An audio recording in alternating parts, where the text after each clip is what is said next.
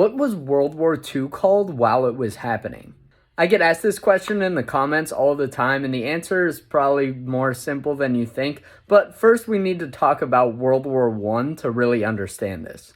World War I was definitely not called that while it was happening because they didn't know there would be a second one yet. I had always heard that it was called the Great War until World War II happened, but that's not entirely true.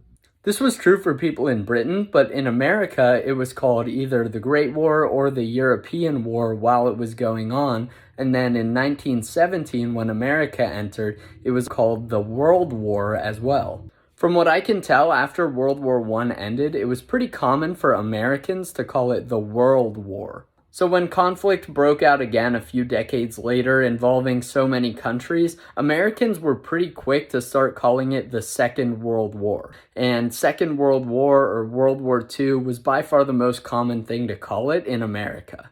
Now in Britain, on the other hand, World War II was mostly just called the war while it was going on. That might sound weird looking back to just call it the war, but when you're involved in something that big, it kind of makes sense. For that same reason, I'm sure it was common for Americans to just say the war and everyone knew what you were talking about, but newspapers and stuff did often call it the Second World War.